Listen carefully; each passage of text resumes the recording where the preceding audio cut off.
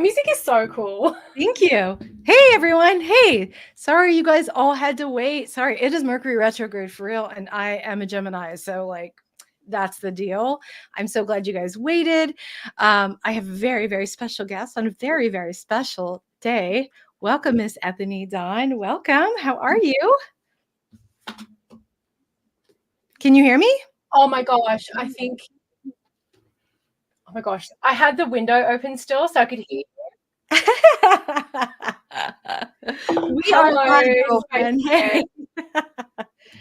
So today, your second book published with Wellen it launches today, right? And Oh my gosh, so much is happening today. Yay! Congratulations! This is awesome. And what a great date, like 8/8. Like I'm just like strength and strength. Like so good, so good. Juicy. I love that. So tell us. I know you've got a lot of your friends. We've got some other friends coming in. Briefly tell us what's your history? Like, give us a little of a snapshot. I know you, but what do you want to share about your journey in tarot and in the work that you do? Yeah, so great question. First of all, hello to everybody. Sorry about the feedback before. I came to the tarot, the first deck I ever picked up, I was 15 years old. It was the Mythic Tarot, the original version. Oh, really? From the early 90s. Mm-hmm. And I got that at 15. I found the tarot through my training through Modern Wicca. So when I started that, a practice that you had to have along with keeping a journal of nature and everything that you were doing throughout the year was your divination practice. So it was encouraged that you would pick a divination tool and use that. And I picked up the tarot and kind of fell in love. And so I've been working with the deck the tarot since I was that age.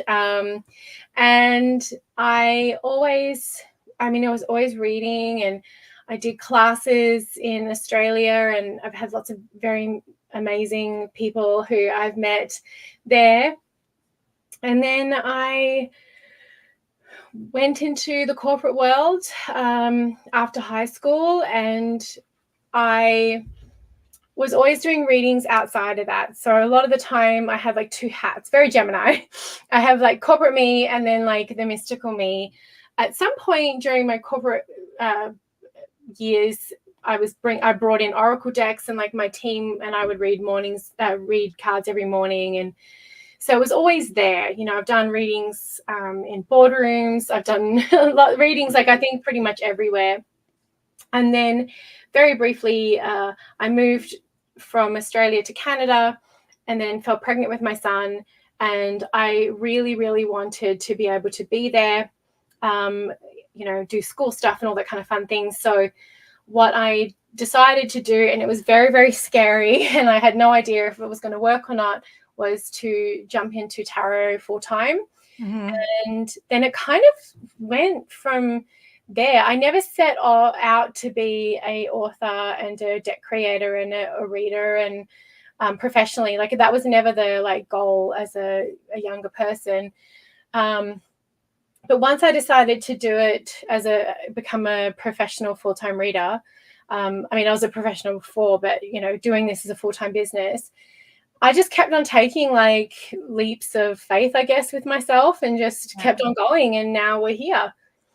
Yeah, you and I are really similar in our origin stories, that we picked it up at a young age and then never let it go. We never outgrew it like some people do. And then we had a corporate life and we had this other life, and then something happened where it was like, can I do this? And then you did. And I just know I've watched your career arc. You're an inspiration, honestly, to have watched you just leap in and just like a lioness, just rah, just you did the summer school, everything you've done, all of your decks, you're so creatively prolific. You're good at partnerships and all of your classes. I don't even know how you do it all, girl. I do not. I don't know how I do it either sometimes, honestly. glitter and Jesus. I don't know. And Glitter. that's from Drag Race, but like I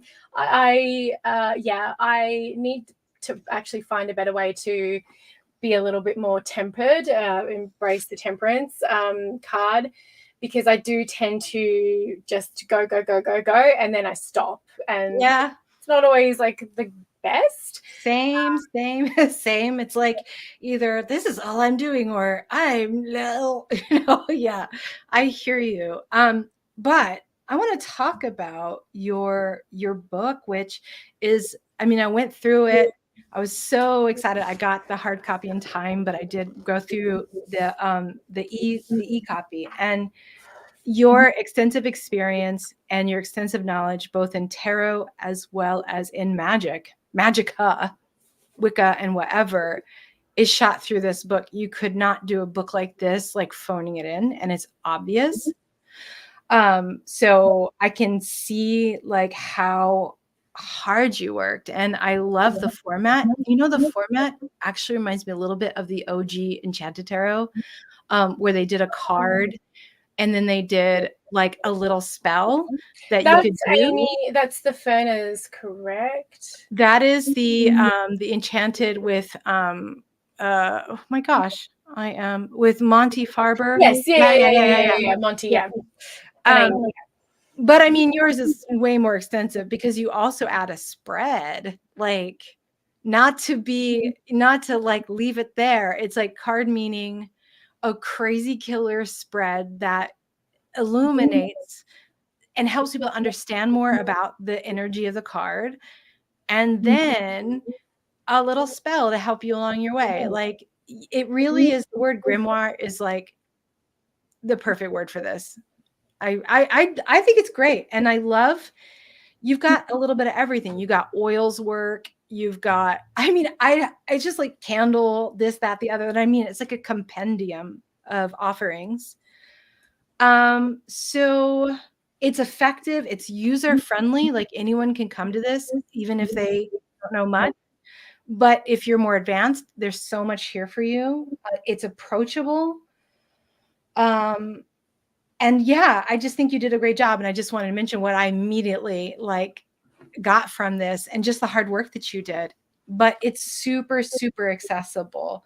Sometimes, especially some magic books are just so dense. You're just like, and then my little ADHD self is like, oh, I'll get to that later. Do you know what I mean? But you're so good at mixing like what's accessible, but also powerful and effective at the same time. Thank you. I think also because I have ADHD. Oh yeah. Honestly, if I had I only got diagnosed less than 2 years ago. So, and I'm 41. So it would have been, I mean, to have that diagnosis even a decade ago would have been so helpful. Girl, same. I was 43 and I was like, oh, this is, wait a minute, that's isn't fair. Like, but I think ADHD people, like, there's a really good book I read once that we're naturally very intuitive and very psychic, and that there's a lot of us doing this work, right? So everyone gets to benefit. So I wanted to ask you, as you were like creating this book and collating all this stuff, like, do you have a favorite spread or favorite spell that I know it's such a hard question, but I got to start somewhere. Yes, I do have one. I have a spell that I really, really like, if I can find it. Very hard to kind of, I guess, pick a favorite, but I love, one of my favorite spells in the book is for the Four of Cups. It's on page 111. Ooh, yes. And it's a re-engage joy spell, because we have, the Four of Cups is a card of apathy, of emotional withdrawal, from sort of sitting on the sidelines and disconnected, feeling bored. Feeling bored. And it can be hard to pull yourself out of that space of meh. And I was kind of a little chuffed with myself when this spell came to me.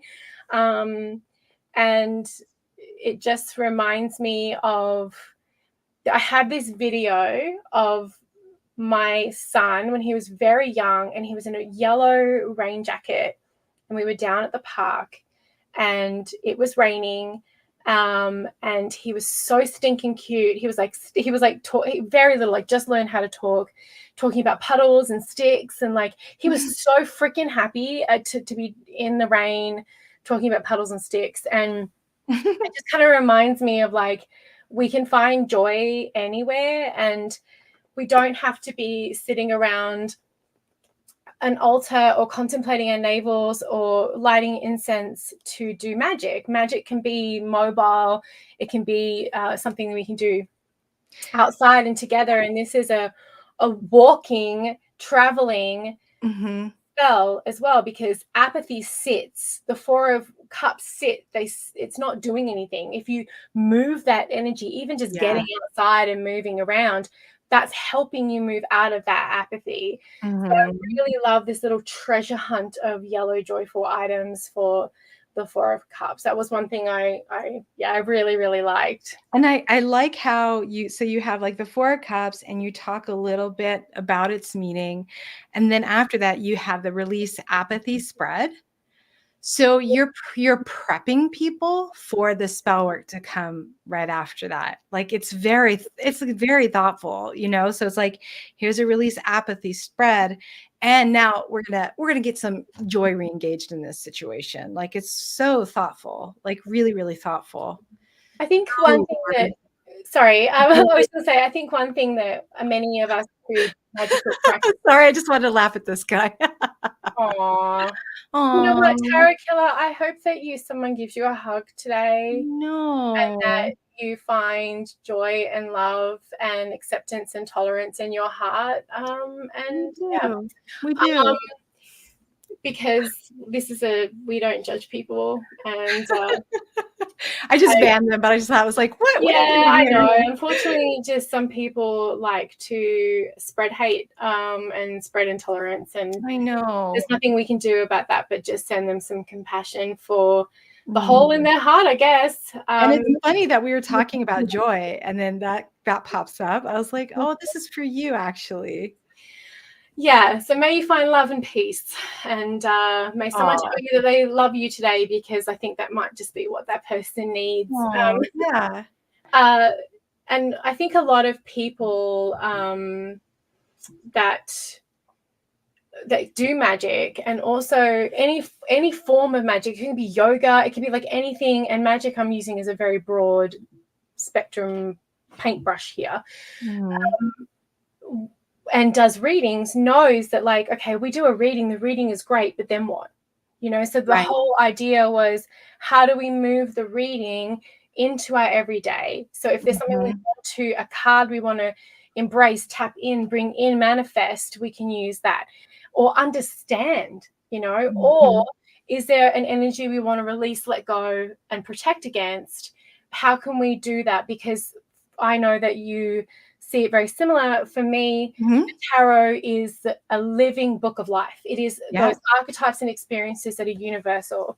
So this is the perfect partner for not only learning how to understand yourself and your spiritual journey and all that kind of stuff, but also to be in the world and experience life and magic itself. And so that was absolutely where I was coming from, and I want it to be easy. I mean, gosh, man, like, I have a family. I don't have time to like meditate for 10 hours and then find the meaning of life. Like, I just want, like, I need stuff now. Like, if you're moving houses and you want to know if a house is good for you, you don't want to be sitting around fretting about it. You want to be able to take action now.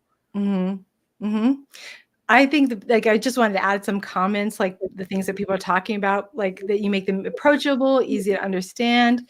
And also, Jonathan is asking a question, like, what kind of magical workings are your favorite types? Thanks, Jonathan, and nice to see you. Ones at work. Okay, that's a really good question, though. Not to be like, that was me being cheeky, but I love music as a magical practice.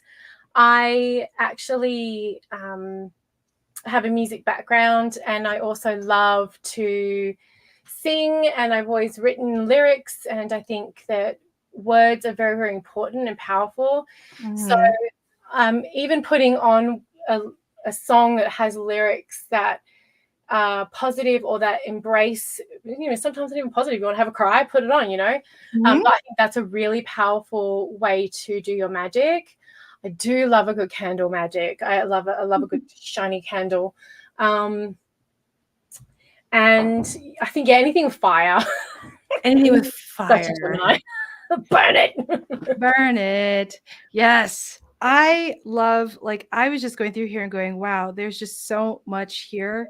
But I did want to talk about the devil one, and I kind of laughed about it, the one you put in. So for the devil card, you put, why can't I quit them spread, right? And I was like, yeah, Ethony reads for others, because it's like, why? Like every time I block him and then I unblock him and then, here I go again, right? Which is the devil's, that obsession and connection. So I was like, that's so great. I loved that. And then why can't I quit this? And then you add resist temptation spell. So it really works also as a empowering and coachful way of making people feel not only are we getting the information we need, we can do something about it magically. I just love it. And I think even if people don't know anything about tarot, this would still be super helpful. Anyone that wants 78 life lessons and the magic that will make them happen. So thank you for this. Thank you. I mean, and the other thing with the, teaching magic for a long time as well, and teaching tarot, and I know you have that similar background, is that we need to understand ourselves and a situation holistically and from all angles, because if you can't, if you do say we look at this, why can't I quit them? Why can't I let them go? If you just have that information, likely some of it you already know. There's already probably your best friend has probably told you, or you have that gut instinct of okay, I kind of maybe understand why. And of course there's going to be the root maybe that you don't understand, the causality of that in your being, or that belief that you're holding on to. So we can understand that, but by giving someone something to do that is proactive, and it looks at the other side of our being, we are machines, right? Our bodies are these incredible machines. It needs to do something. We need to participate in order to change. And so by giving people something to do, it actually reinforces that there is something better out there for them, that there is something they can actually do about it, as you said, empowering it. So I think we have to look at things from multiple angles, which is why I have never, ever, ever not loved the question, are they coming back? One of my favorite questions ever to be asked in a tarot reading, because that is such a juicy one. And I just think that we need to look at things from multiple angles and understand that we are multifaceted, deep beings with very complex relationships with other people and ourselves. So that's why I wanted to look at both of those sides. Yeah, no, it's really, really great. I'm trying to go through here. I had some other questions. Let me see here. I love, this is the other piece. I love the way you organized it as well, in that you can also, where is it? You can go, you can look up spells by need. So even if you're well, I don't know which card would go for what, but I do know I need some help. I need some guidance.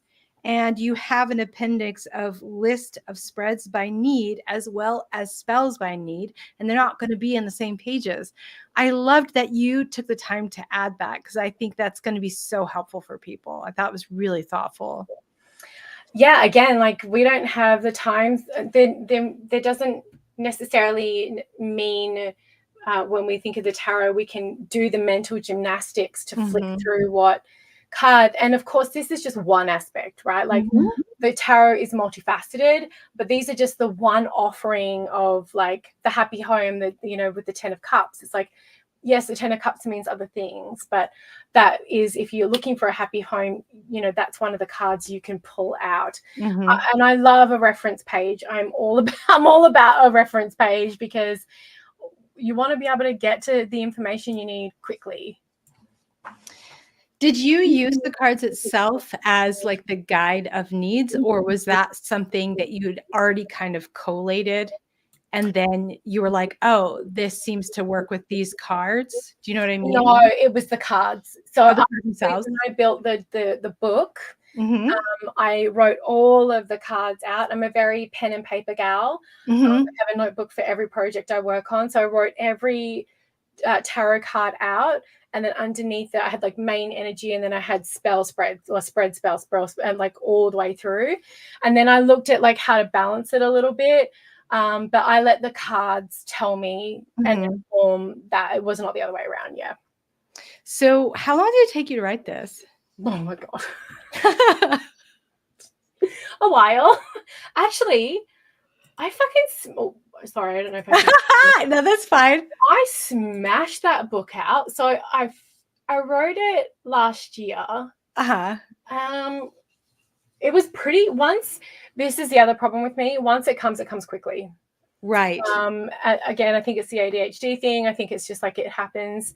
And I think mapping it out in the way of, I knew exactly what I wanted to say before I started getting into the bulk of it.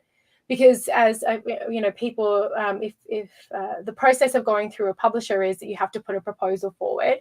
So I knew exactly what I wanted to say in each section and all that kind of stuff first. And I had everything mapped out for all of the cards. And I think if I had gone, I want to do this book, and not done that beforehand, it would have been real rough. But I actually always structure my book first for nonfiction, and I have an idea of exactly what I'm going to put in everything, so that I don't feel lost at any point. Like having a roadmap is really important. So when, like, let's talk about just juggling your book with your business. Right? Like, I know. So like, how did you fit this in? Like, how, like, I mean, I'm currently writing book 3. I've nearly finished it, and I've got so then there's the 3 decks that are on Kickstarter right now that just launched this morning. And then, so I've got guidebooks for 2 of those, but I've been writing those for a long time. One of them is like nearly done. That's crazy. That's amazing. And Jordan would agree with this. I am very bad at stopping. I'm very, very bad at, and I'm terrible at understanding how much time something is actually going to take. So I'll be like, I can do this in a month, and then like I'm like crying in a corner somewhere because I can't do it in a month. So yes. How did you have any resistance during this time? Like, I know for me, with Will You Give Me a Reading, I was fighting like resistance at every step. Like it was every step of the way. There was some version of resistance trying to show up. It was a fight. And I'm normally like, whenever I'm like, all right, I've got this North Star, I usually don't have that. So did that happen for you? And if so, how did you deal with it? So not with this book. With this book, it was actually very, very quick. And you know what I think it was? Like, I think it was less resistance because it was so fun to play with. It was like letting me loose at a craft store. Like if you wanna lose me, take me to a bookstore, especially secondhand bookstores, my favorite, or take me to a craft store. Let me go, you'll never see me again. So I feel like with this book, because I got to play with different types of magic, writing the bits at the front, it can get a little bit like that's the slog for me. But when I got to get into like the magic and play around, and I changed a bunch of stuff and I moved things around, that was fun because it was very dynamic and very fluid. The book I'm writing right now that I'm nearly done, I it has been like pulling teeth. It has been, I have wanted to quit. I have wanted to throw it out the window. I have wanted to not quit but just quit working on it. Like, I hate it some days because it is so dense. When I tell you, it's over 120,000 words long. Girl, oh my gosh. No wonder. Yeah. So I was like, I'm really happy now because it's nearly done. Right. But it was brutal. Brutal. Yeah. You know, and I love the subject, but it was just right. like, No, I get it though. It's like by the time you're kind of done with it and the revisions, you're just like, oh, like it's like being forced to eat the same dish. Even if it's like your favorite, like you're just like, I need a break, you know, and I find like, so when I'm like, don't want to look at it again, it's probably done on some level. Like, I can't tweak one more thing.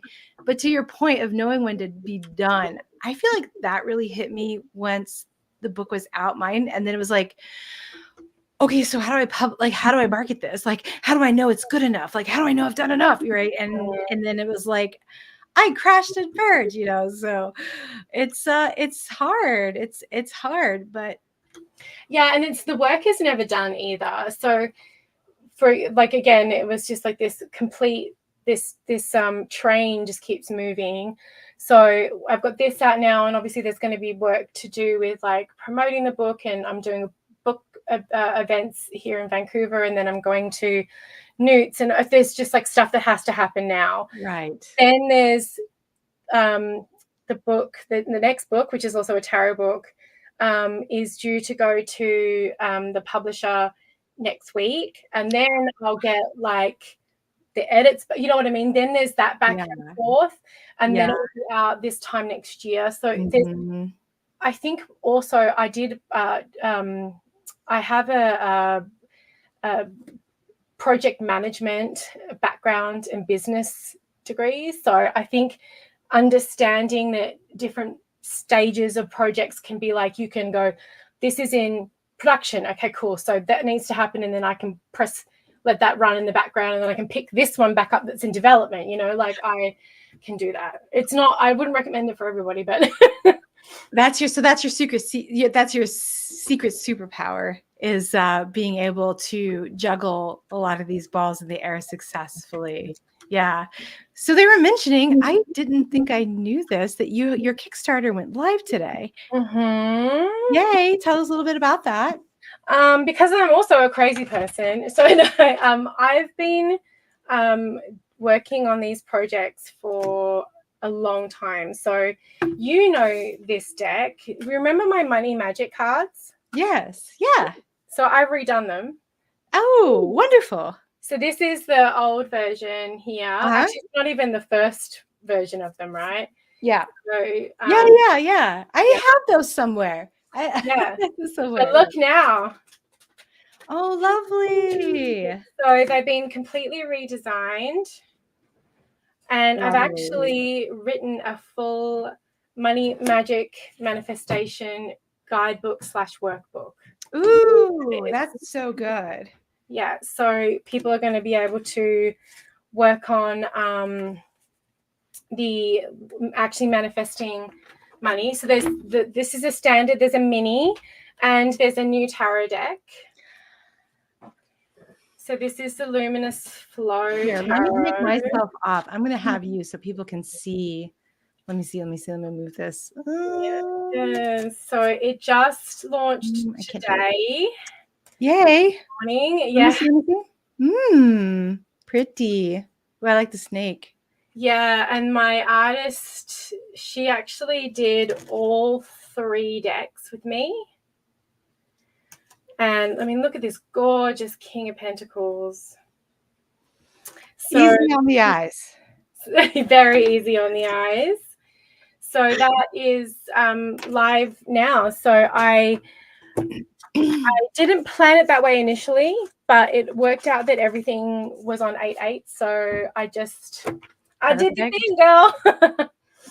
Perfect. I wish I'd grabbed the link. I could have put it up, but if someone goes to Kickstarter, what do they put in the search bar to like find your items? It's called, I can actually get it for you. Nice. It's called the Luminous Flow. Oh yeah, you were talking about the title. I remember. It's this one. You're calling it Luminous Flow? Yes. Hey! I remember we had a conversation. Yes, we then. did. Oh, that's right. It's this one. Man, you are fast. Wasn't that just like 2 weeks ago? Oh my gosh, that's crazy. Oh, but the thing is that it was probably about a month ago that I had the chat with everyone about the title, but the deck itself, I've been for years. Like it takes, and that's the thing that project. I just popped it in the private chat for you to. Oh, thank you. Yeah, let me see. It's years in the making. Like, and it's crazy because then like I'll have. Usually I meet with like my my artist for this one. Like we'll meet Monday mornings at like 7:00 in the morning because she's in Scotland. Oh. So you know what I mean? So like I've got to do this and that. And then it's like I run it at different stages for stuff. So like I'm constantly doing different stages of project management. And I wouldn't recommend it for everybody because it is bananas. I couldn't. My ADHD, I'd be like, I would lose all of the balls. I've got to like be one or two at most, or people start complaining and they're like, you forgot. I'm like, oh, I did. I'm so sorry. Oh my God. You are incredible. No, I think it's just my disability working to my advantage because if I worked, and I did work for, corporations, and I did do traditional work, but I would find that I would be really great and really excellent for a few years, and then I'd get bored, and so this at least allows me to keep doing what I love, and then not worrying about necessarily going, I'm going to get bored because I get to play. But I agree. I'm the same. I'm like, oh, I think I'm going to offer charm castings for a while because I want to do something new, or I want to jump into something else. Like that's what I love about being self-employed, is that we get to do that and then go, yeah, will it work? It does. Yay. And then you're off to the races. Yeah. It's so fun. It's so fun.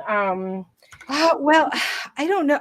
I'm just really impressed. It's really awesome. You're so impressive to like just hear how you do it, how you move through it, how you handle it. Like, and I'm excited for this next book that you're going to submit. Thank you. Do you want to know a little bit about it? I want to, but I didn't know if I was allowed to. Yeah, no, it's my big book of tarot meanings. Yay. And also teaching people how to read from it's not overwhelming, right? Like it takes you from like a foundation and builds you all the way up. So I haven't done a big book of tarot readings in print, so hence the reason why it's a bazillion words.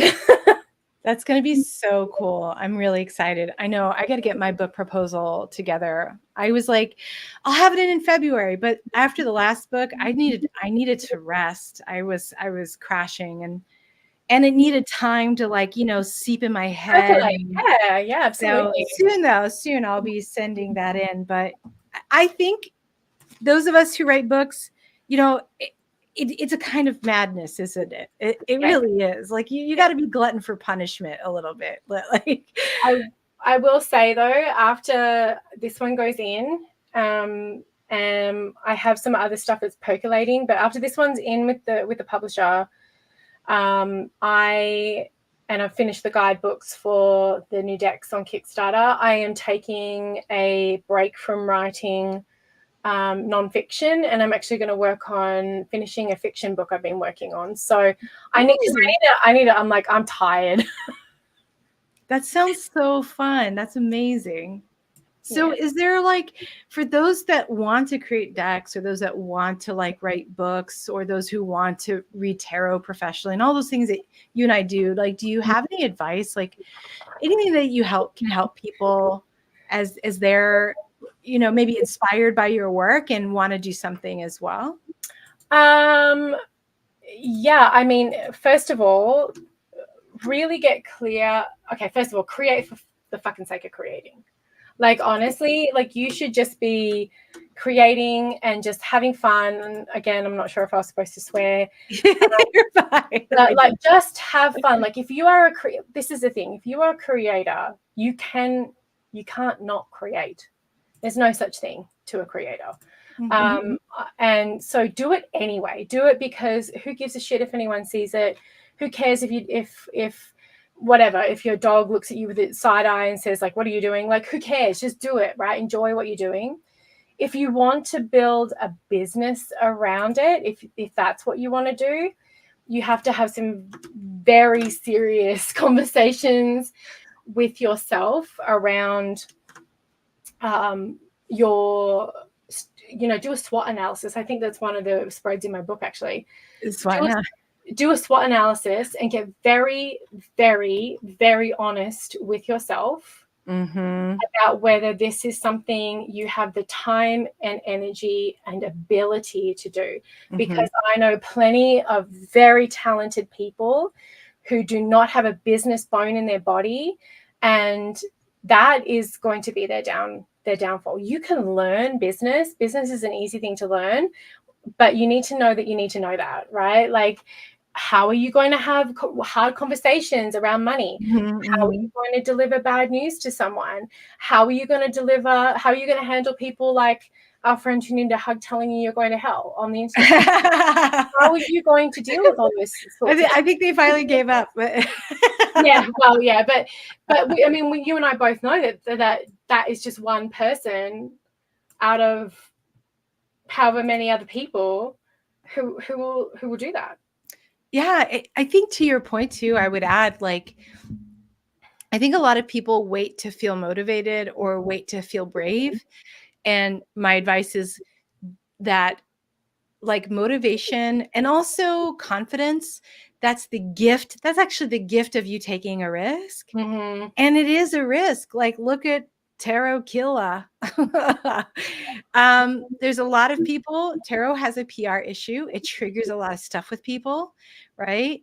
And it's interesting to me that I feel like I am more honest in this work than I've ever been in any job I've ever been in, but I'm given the most suspicion, right? It's like this weird cognitive thing to have to play with, because I'm like, I'm more honest now than I was at any office job I ever had, where you have to play the politics or tell your boss it's great when it's not.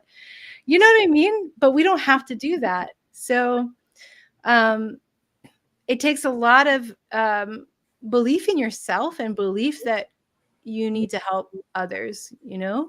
That's the other thing I was going to say. Even if you're having a bad day, I mean, I can be very transparent and honest that, like, the first 2 years of my business were like this.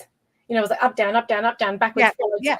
And I was lucky that I was on maternity leave and I was living with the father of my son, because there were months when I didn't make any money.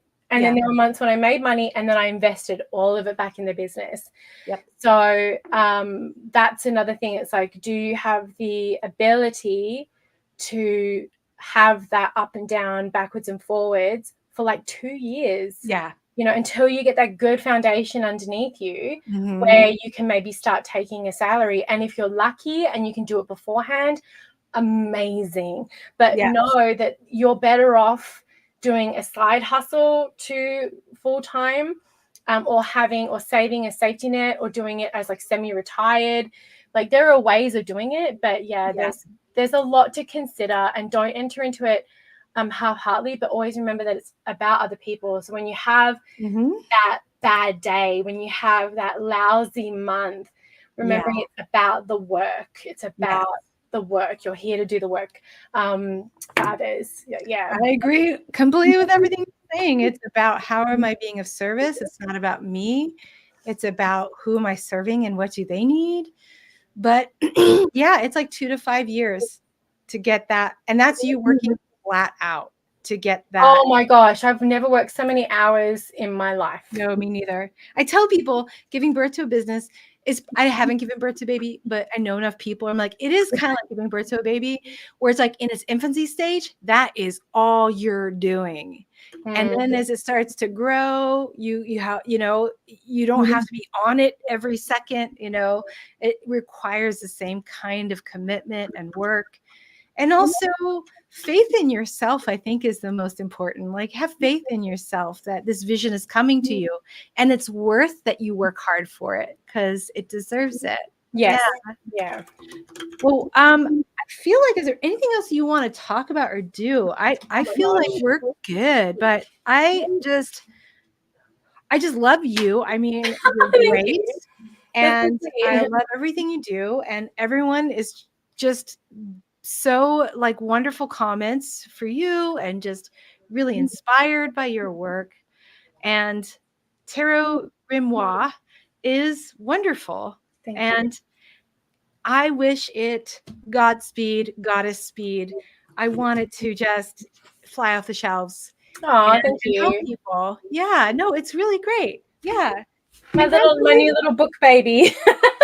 Yay, congratulations. It's a cute cover too. Oh my gosh, I got so lucky. And it's like your colors, aren't they? Like the purples. Oh yeah, I love it. Yeah. They did. I know it's a with Llewellyn, it's a conversation, right? And then they'll like, do you like this? And then you're like, or yeah, so yeah, it's a lot of stuff when you do published work is out of your hands. But I was very, very, very lucky that Alba was, I didn't know. I literally didn't know. I remember being at the chiropractor with Jordan when I got the email through from my editor about the cover. I had no idea they were contracting the artist, nothing. And I was like, oh my God, like it was like one of those, yeah, you don't know, guys. So if you go into publishing with a major publishing house, you don't know. You have no idea. You can pitch ideas, which is what I did. Right. You've got no idea until they send you back the draft. Yeah. Elowen makes a suggestion that, that they think the new decks will be fabulous to use along with the book. Oh, yes. So like get the luminous flow situation, and like I feel like this is like a cookbook kind of like you're going to refer to it as it shows up or as the need comes. That's why I think the appendices is great. I was like, that was a smart ad. It's a really smart ad. But I wish I can't function without one. I just can't. It doesn't. Brain does not comprehende without. Control F is my friend in life. Like, where is this thing in all of these things? Right? Well, thank you so much. I'm gonna have such a good time with this. Thanks for coming on and hanging out and just chatting with me, and everyone who came live. Thank you so much for coming and hanging out with us. And Kickstarter, let me put that up one more time. That's also gone live today, Luminous Flow, and it's the Money Magic Manifestation. Yes. And I'm going to be doing some more live readings and things like that too. And you're going to be at Newts this year, you say? I am. I'm vending. You're vending. I'm vending, and I'm going to be on a deck creation panel. Cool. And I'm speaking now too. So like I'm doing all the things. So you are doing. Come and get a signed book, or I'll have my cosmic wisdom there. If you want to come and chat, have a cup of tea, I'm going to be probably throwing some charms as well and having just a bit of a fun old time. So you know me, I'm a little social butterfly. You're going to be so busy. I mean, you were busy enough when I was visiting you, when you were there and you were like just vending. It was like, but you did well. So yay, good, awesome. Yeah, it's a busy time, but I also like really just love being around tarot people. I don't get enough of it. So the fact that we can drive there, it's I was going to ask you driving down. Yeah. That's more of a hike for me, but because it's so easy. That's the reason why I tend to go every year, is because it's just in Portland. We can pack the car and go. Yeah. I went to Mystic South in Atlanta, Georgia this year. It's tarot magic. It's like kind of a lot of things, and I loved being able to drive to a conference. It was so nice. And then I could buy a ton of stuff and put it in the back of my You car. can just drive back. It's so great. It's like, ha, baggage weight, not me. Yeah, I was like, I don't know if that's a good thing, but I was like, yeah, just put that on the card. Put that on the card. I don't have to put it in a suitcase. Anyways, it was wonderful to have you. Thank you, everyone, for coming in, and well done. Thank you, Ethony. And we will see you with some of your next creations. So thanks, Jenna. And bye, everybody. Thanks for coming everybody. in. Bye. Bye.